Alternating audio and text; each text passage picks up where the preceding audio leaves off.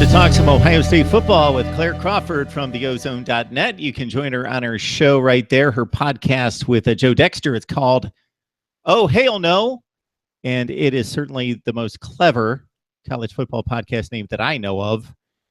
So if there's anyone out there with suggestions of what could possibly trump that, I would love to hear it. But you can catch Claire and Joe right there each week to talk Ohio State football. Claire, how you doing tonight? I'm a little heartbroken. Sure. Other than that, I think I'll be limping along into the week where the Buckeyes are facing Sparty.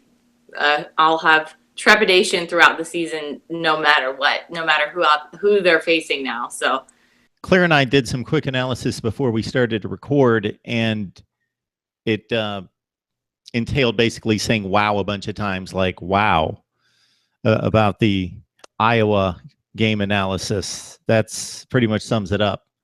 Yeah, I think anybody that wants real in-depth analysis, Iowa won on everything and Ohio State lost on everything from start to finish. And I say it tongue-in-cheek, but in reality, that's exactly what happened.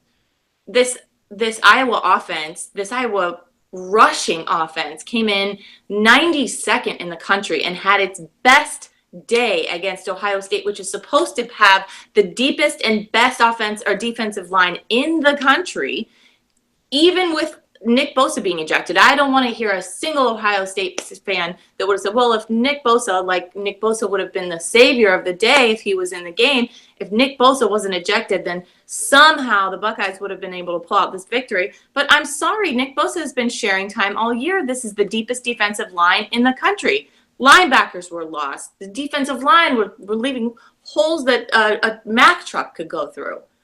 From start to finish, Iowa dominated that game. I don't want to hear a single fan with sour grapes that Ohio State beat Ohio State. Iowa soundly beat Ohio State. Yeah, the only bright spot that I could see would be for two scoring drives in the first half that Ohio State opened it up, and J.T. Barrett found Terry McLaurin deep, and then he found Johnny Dixon deep. And there was a Johnny Dixon touchdown reception after that late in the fourth quarter that meant absolutely nothing. But while the game was competitive and 17-17, that Ohio State had that formula of play action pass, JT in the pocket standing tall, speed at wide receiver getting deep and burning Iowa and scoring. And I think that most Ohio State fans would have liked to have seen that attempted a few more times when the game was meaningful. And the tough part about that is Urban Meyer mentioned in his press conference that they were not running a balanced offense. And the reason he thinks that the offense failed is because they did try to do too much in the passing game. And JT is all of a sudden this gunslinger. And lo and behold, we've got 4 turnovers before we know it. And he had come into the game with 1 interception. All of a sudden, it was something that they were completely unfamiliar with. They were trying to do too much. J.K. Dobbins had 6 carries on the day.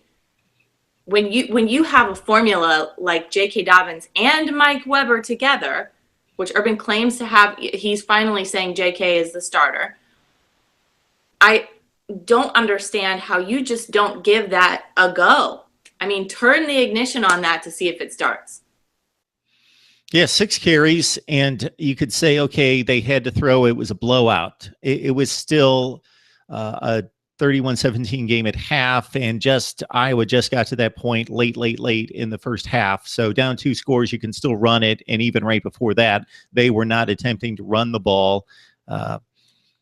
In the second quarter, when it was 17-all, when it was 24-17, J.K. Dobbins was not a part of the offense. Now, Urban Meyer addressed some of these things today at his news conference because he was asked several times about J.K. Dobbins and 6 attempts being not acceptable.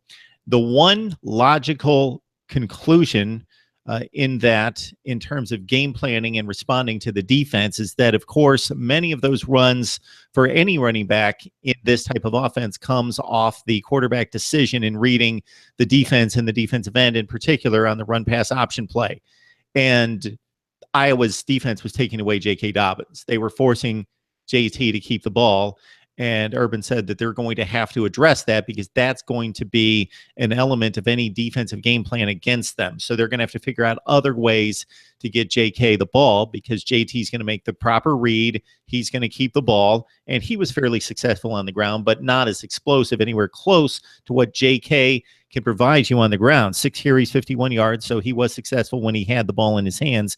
So Ohio State's game planning, Kevin Wilson going to have to address how to get the ball in Dobbins' hands, because the RPO read is not working in that sense.